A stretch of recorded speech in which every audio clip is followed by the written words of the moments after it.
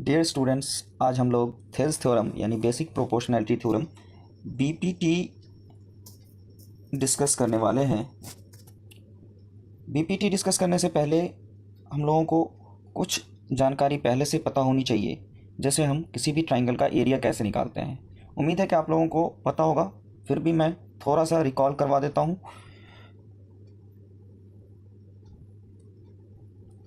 हमारे पास triangle ABC है, जिसमें ट्राइंगल ABC का बेस BC है और ऊंचाई AM है। तो इस ट्राइंगल का एरिया क्या हो जाएगा? 1/2 BC इंटू AM। दिक्कत तब आती है जब हमारे पास ट्राइंगल ABC कुछ इस तरीके का हो, जिसमें बेस अगर AB है और A पे एंगल हमारा 90 डिग्री से ज़्यादा बन रहा हो, है ना। ये जो एंगल है ये 90 डिग्री से ग्रेटर है। तो ऐसी स्थिति में हम इस ट्राइंगल का एरिया कैसे निकालते हैं? तो इसके लिए क्या करना होता है हम लोगों को कि बेस को हम लोग आगे की तरफ एक्सटेंड कर देते हैं और फिर वर्टेक्स से इस एक्सटेंडेड लाइन पे एक परपेंडिकुलर ड्रॉ करते हैं। इसी परपेंडिकुलर को हम लोग इस ट्राइंगल की ऊंचाई मान के चलते हैं।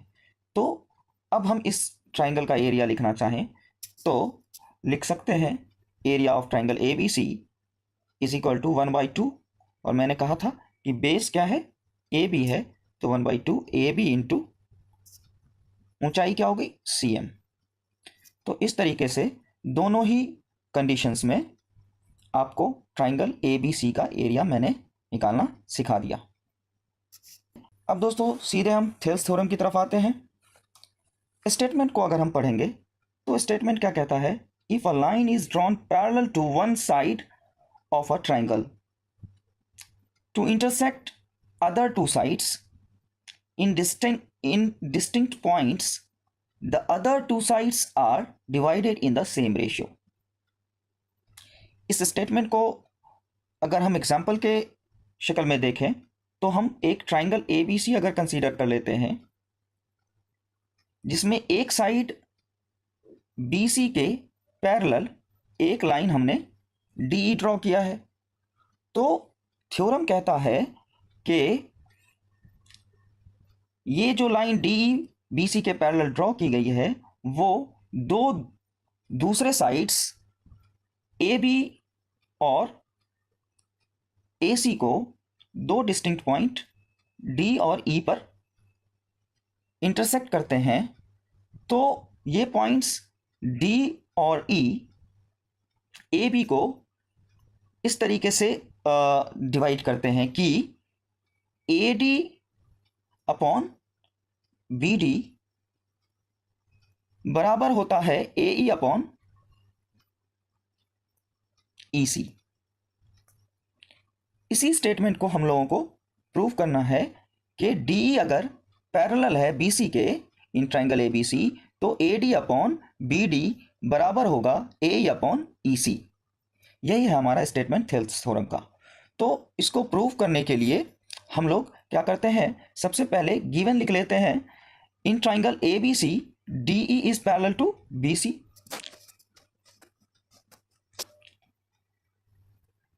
BC के DE एक पैरेलल लाइन है और DE जो है वो AB को और AC को दो डिस्टिंक्ट पॉइंट D और E पे रेस्पेक्टिवली इंटरसेक्ट कर रहा है। तो हमें प्रूव करना है कि AD अपॉन DB बराबर है AE अपॉन EC के। तो इसको प्रूव करने के लिए कुछ हमको कंस्ट्रक्शन करना होगा। वो कंस्ट्रक्शन इस तरीके से है कि हमने B से E को और D से C को या C से D को हमने मिला दिया, जैसा कि हमने लिख दिया let us join BE and CD। Okay. और फिर हमने क्या किया है कि AB साइड पे एक परपेंडिकुलर ड्रॉ किया है EF, और AC साइड पे हमने एक परपेंडिकुलर ड्रॉ किया है DG, जिसको हमने लिख दिया EF perpendicular to AB and DG perpendicular to AC। तो आइए हम लोग प्रूफ की ओर बढ़ते हैं।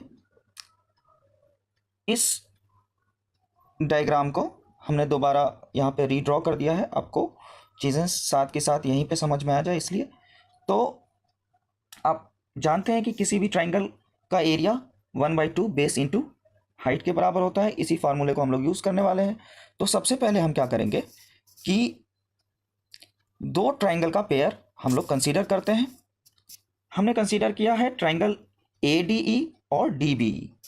तो देखिए इस इमेज के अंदर, इस डायग्राम के अंदर वो कौन कौन से ट्राइंगल हैं?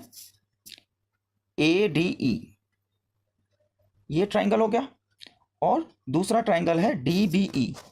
DBE कौन सा हो गया? ये ट्राइंगल। अब इन दोनों ट्राइंगल का एरिया निकालना है। तो सबसे पहले एरिया ऑफ ट्राइंगल ADE की बात कर लेते हैं। तो 1/2 मल्टीप्लाइड बाई बेस क्या है ADE का? AD अगर बेस है तो AD और ऊंचाई क्या हो जाएगी? तो मैंने बताया था आपको पहले कि बेस पे वर्टेक्स से खींचा गया परपेंडिकुलर ही ऊंचाई होती है। तो ऊंचाई यहाँ पे क्या हो जाएगा? EF हो जाएगा, है ना। EF जो है इस ट्राइंगल की ऊंचाई हो जाएगी। तो हमारा एरिया जो है ट्राइंगल ADE का क्या हो जाएगा? 1/2 AD इंटू EF, जिसको हम लोग इक्वेशन नंबर 1 कह देते हैं। इसी प्रकार से हम लोग ट्राइंगल DBE का एरिया निकालना चाह रहे हैं, जिसके लिए हमारे पास BD बेस है। BD इस ट्राइंगल का बेस है।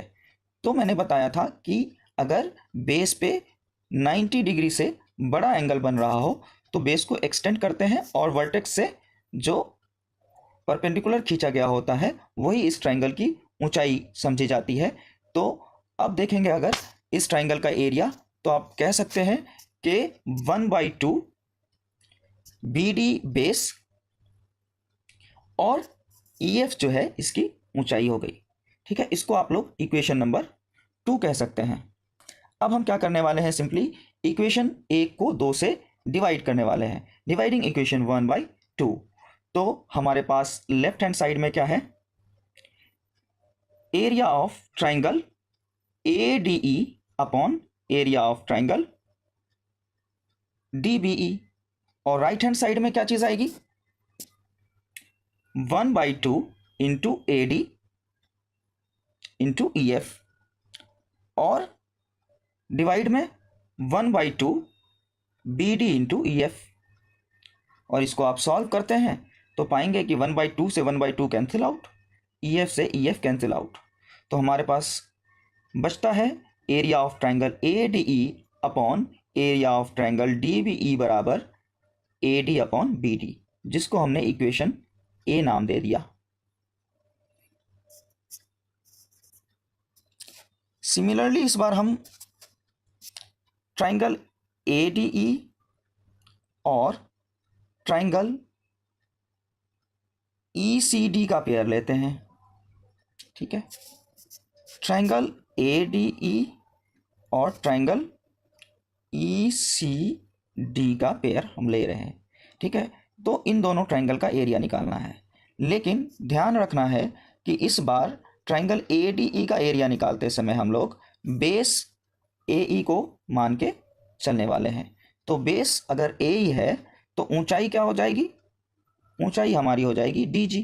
ठीक है, तो triangle area of triangle ADE is equal to हो जाएगा 1/2 multiplied by base AE multiplied by ऊंचाई DG, जिसको हम लोग इक्वेशन नंबर 3 बोल देते हैं। इसी तरीके से अब हम लोग एरिया ऑफ ट्राइंगल ECD निकालने वाले हैं। तो फिर से वही कंडीशन है कि बेस हमारा EC है और E पे 90 डिग्री से बड़ा एंगल बन रहा है, 90 डिग्री से बड़ा एंगल बन रहा है ना। एंगल जो है E वो 90 डिग्री से बड़ा है। तो हम लोग क्या करने वाले हैं? बेस EC को आगे की तरफ एक्सटेंड कर दें, बेस EC को आगे की तरफ एक्सटेंड करें और इस पे एक परपेंडिकुलर खींचे। ठीक है, जो DG के बराबर है ना। तो अब हमको बताइए कि एरिया ऑफ ट्राइंगल ECD किसके बराबर होगा? तो आप कहेंगे कि sir 1/2 multiplied by base EC multiplied by ऊंचाई, और ऊंचाई आपने देखा है कि DG ही है, तो DG। इसको हम लोग इक्वेशन नंबर 4 नाम दे देते हैं। फिर से हम इक्वेशन 3 को 4 से डिवाइड करने वाले हैं, यानी कि डिवाइडिंग इक्वेशन 3 बाई इक्वेशन 4। तो आप देखेंगे कि लेफ्ट हैंड साइड में हमारे पास area of triangle ADE upon area of triangle ECD आ जाएगा, और राइट हैंड साइड में 1/2 into AE into DG upon में 1/2 AE into 1/2 EC into DG होगा, जिसमें आप देख पा रहे होंगे 1/2 से 1/2 कैंसिल आउट हो जाएगा, DG से DG कैंसिल आउट हो जाएगा। तो फाइनली हमारे पास क्या बचेगा, area of triangle ADE upon area of triangle ECD is equal to AE upon EC, जिसको हम लोग इक्वेशन B बोल देते हैं अभी के लिए। अब हम लोग एक थ्योरम को रिकॉल करते हैं। वो थ्योरम कहता है कि दो पैरेलल लाइंस के बीच सेम बेस पर अगर कोई ट्राइंगल बनाया जाए, जैसा कि यहाँ पे बेस DE को मानते हुए हमने ट्राइंगल DBE बनाया, और उसी बेस DE को कंसीडर करते हुए हमने दूसरा ट्राइंगल ECD बनाया। दोनों का बेस सेम है और दोनों ही ट्राइंगल दो पैरेलल लाइन के बीच में है, तो थ्योरम कहता है कि दोनों का एरिया जो है वो बराबर होगा। तो हम लोग लिख सकते हैं area of triangle ADBE is equal to area of triangle ECD। अगर ऐसा होता है तो हम लोग इक्वेशन B को रीराइट कर सकते हैं, जिसमें इक्वेशन B में डिनोमिनेटर में एरिया ऑफ ट्राइंगल ECD लिखा हुआ है, इसकी जगह पे हम लोग रिप्लेस करके एरिया ऑफ ट्राइंगल DBE लिख सकते हैं। तो आइए हमने वही चीज़ किया कि area of triangle ADE upon area of triangle DBE लिख दिया है, जबकि इक्वेशन B में यहाँ पे क्या लिखा था, एरिया ऑफ ट्राइंगल ECD, है ना। और चूंकि ये दोनों आपस में बराबर है तो दोनों की जगह पे एक दूसरे के बदले में लिखा जा सकता है। तो area of triangle ADE upon area of triangle DBE is equal to AE upon EC हो गया, जिसको हम लोग इक्वेशन C का नाम दे रहे हैं अभी के लिए। तो अब हम कंपेयर करेंगे इक्वेशन A को और इक्वेशन C को। इक्वेशन A जो है वो हमारा है area of triangle ADE upon area of triangle DBE is equal to AD upon BD, जिसमें आप देख रहे होंगे कि लेफ्ट हैंड साइड LHS जो है area of triangle ADE upon area of triangle DBE वो इक्वेशन C के LHS के बराबर ही है। इक्वेशन C का जो LHS है उसके बराबर ही है।